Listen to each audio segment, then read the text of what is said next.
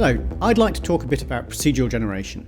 Procedural generation is one of those techniques that I think is not used as much as it could be, but is really a piece of magic whereby a vast amount of content, of rich content, can be created that would otherwise take a long time to make. So an example in Elite of how procedural generation worked is the whole galaxy was laid out by the computer.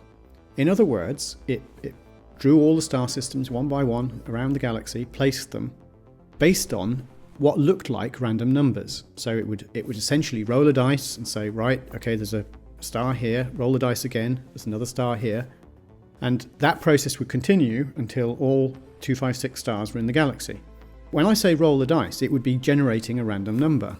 And that random number came from what's called a random number sequence. So although the numbers look random, they would actually be the same each time. So whenever it generated the galaxy, it would generate exactly the same galaxy each time. So talking a little bit about how that's done, you start off with something called a seed. So here we have a seed, which is the numbers 1, 2, 3, 4. And then it just add those together. Now this isn't actually the sequence that was used in Elite, it was a bit more complex one, but it shows very quickly, you see, when you add them together, you get the next numbers in the sequence, and so forth. Now, let's imagine taking those numbers and just looking at the last two digits. So forget the upper digits. So here we see there's a sequence going forward. To the eye, that looks pretty random. And actually, if you put a lot of analysis tools, mathematical analysis tools onto it, it is random. It has the same properties, even distribution and all that sort of thing. Not particularly this sequence, which was from a guy called Fibonacci many years ago, but other sequences have much better sort of characteristics. Now, so what Elite did is it ran these, and it can run them really, really quickly for the whole galaxy, and it took a tiny fraction of a second to lay out the whole galaxy this way. And what you can do is just look in the sequence to see which ones are near you, and then plot them on a map. And that's how it worked. Now, it also, as an extension of that, you say, okay, we've got this planet that's at coordinates 25, 76 or whatever. You say, what should we call it? Well, you can say take the same philosophy to choose its name. With Frontier, we took that a step further. What happened there is whole star systems were created. As you go to increase the distance away from the star, the mass increases and then tails off until you get all the way out towards Pluto and the distant asteroids and very, very cold bodies. Now, within that mass is distributed the momentum, and there's a lot of science which I won't go into here, which is why it's distributed the way it is. Interestingly, we also have within our own solar system a number of sub-solar systems which have very, very similar properties. So, for example, if you look at Saturn, you look at Jupiter, you'll see that again they have a mass distribution around them. You have Saturn with its rings, which everyone believes, including me, that they're quite transient and therefore some body that collapsed and formed those rings. But nevertheless, you have a mass distribution around Saturn which has very, very similar ratios. What happened with Frontier is I made those assumptions and just saw what came out randomly, again using this same technique we've described, saw what came out randomly and whether the solar systems look realistic. Now, incredibly, they did. With Frontier, of course, it was before a single planet was discovered. So it's very exciting as we go forward, as more and more planets are discovered, that real life seems to be getting close to that. I'm a huge fan of science fiction films. And one of the problems that I thought with Frontier and with the First Encounters game is the surfaces were marble hard.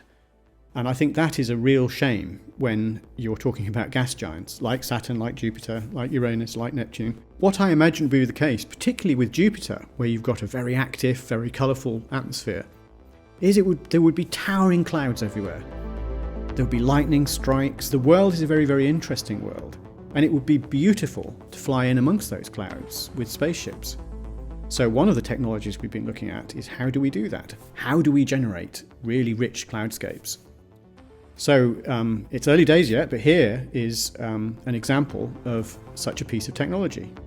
What we're seeing here is, again, using procedural techniques, generating clouds on the fly, and you can feel yourself flying through them. We can have layers of these, we can change the colours, but imagine how great that will feel, visiting a system like Jupiter It doesn't have to be empty. There can be other people there, people getting gas from the system, because we already know in both Elite and Frontier you could scoop fuel from the surface. A gas giant's actually a very good place to do it because it's not quite as hot as the sun. But also, of course, these techniques can apply to the surfaces of stars, particularly cold stars, like red giants. And so I think bringing that sort of richness to the world that we just haven't yet seen in games, I think is very, very exciting. What it would look like, what the world would feel like to fly through. And just from a gameplay point of view, tactically, you can lurk in clouds where maybe people can't see you because there are electrical storms which make your scanners not work very well. All of those things, I think, are very exciting going forwards.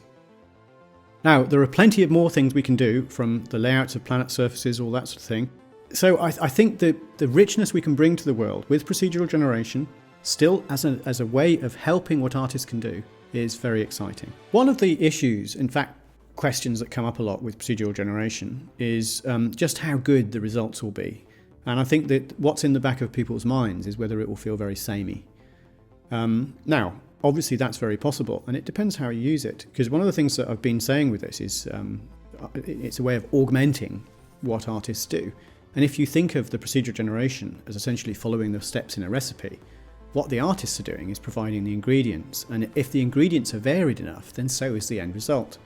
So if you compare, for example, a national park in the US, like the Joshua Tree National Park, where you've got slightly weird-looking cacti, big boulders all placed around the place in what looks like a very strange way, but incredibly beautiful. Compare that with, say, a national park in the UK, where you've got mature oak trees, very, very different feel to it, different colour palette, how it works, different shape of the landscape.